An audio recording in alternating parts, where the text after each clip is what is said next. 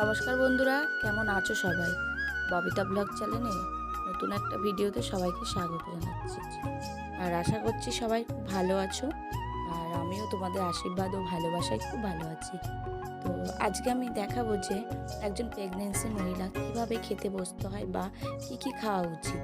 তো দেখো, আজকে আমি লাঞ্চ মেনুতে নিয়েছি টমেটোর চাটনি, চিকেনের ঝোল, পাতলা ঝোল, আর এখানে লাউ শাক করেছি বড়ি দিয়ে, আর নিয়েছি পেঁয়াজ আর একটুখানি পাতিলেবু। তো চলো বন্ধুরা, এবার খাওয়া যাক। এই যে চাটনিটা প্রথমে নামিয়ে নিচ্ছি আর চিকেনটাও নামিয়ে রাখছি। আর এই যে খাবো এখন।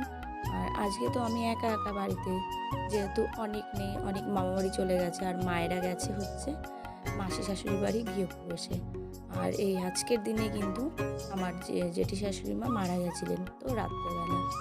তো আমি এখন একাই রয়েছি। তো ভাবলাম যে তোমাদের সঙ্গে আমার খাবারটা শেয়ার করি।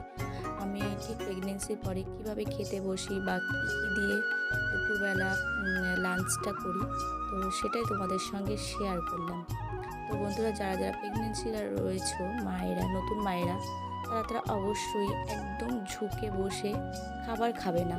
এইভাবে একটা উঁচু কিছুর উপরে নিয়ে খাবার খাবে, অথবা হাতে করে ধরে নিয়ে খাবার খাবে। আর সবথেকে বেশি ভালো হয় যদি তোমরা ডাইনিং টেবিলে বসে খাওয়া দাওয়া করো, তাহলে আমাদের দেখবে মাদের ঝুঁকে খেতে হবে না। আর ঝুঁকে সব খাওয়া বা ঝুঁকে কোনো কাজ করা হচ্ছে প্রেগনেন্সি মায়ের খুব খারাপ। তো সেই কারণে আমরা প্রেগনেন্সি মায়েরা যত সাধ্য চেষ্টা করব ঝুঁকে কোনো কাজ না করার বা ঝুঁকে খেতে না বসার।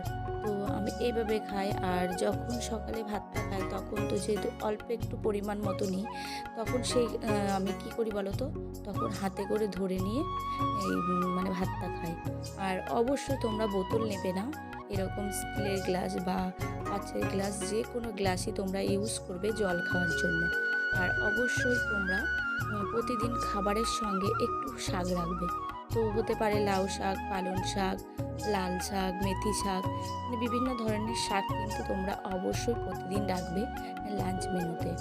আর এই দেখো, আমি কিন্তু চিকেন বেশি খাইনি।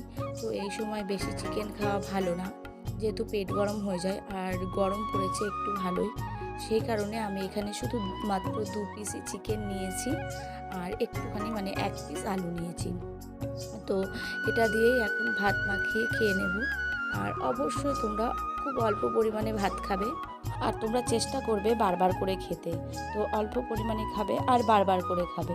তো আমি কিন্তু একদমই খুব অল্প পরিমাণে ভাতটা নিই।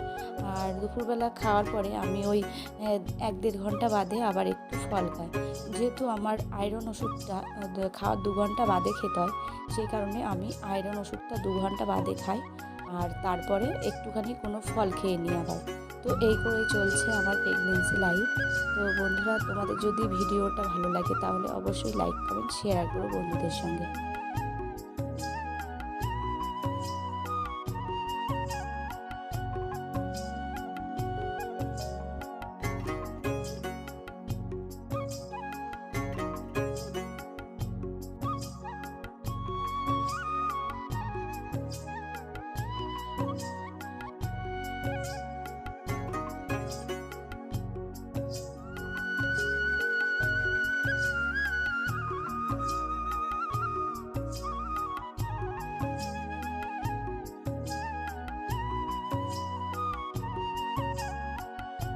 তো খাওয়া দাওয়া সেরে এবার একটু শুয়ে নেব, সারাদিন অনেক ধকল গেছে।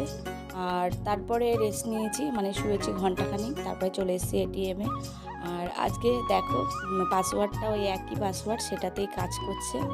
আর এই তো হয়ে গেছে, এখন হচ্ছে ক্যাশ বেরোনোর অপেক্ষা। তো ক্যাশ বেরাচ্ছে, চলো এটিএম থেকে টাকাটা নিয়ে আবার বাড়ি গিয়ে দোকান খুলবো। তো বন্ধুরা, দোকান বন্ধ করে দিয়ে চলে এসেছি। আর আমি এসে ওপরে এসে এখন গোপাল সোনাদের খাবার দেবো রাত্রে, আর গোপাল সোনাদের শয়ন দিয়ে তারপরে নিচে গিয়ে আবার রুটি করতে হবে, তো রুটি করবো। তো আজকের মতো টাটা, সবাই ভালো থেকো।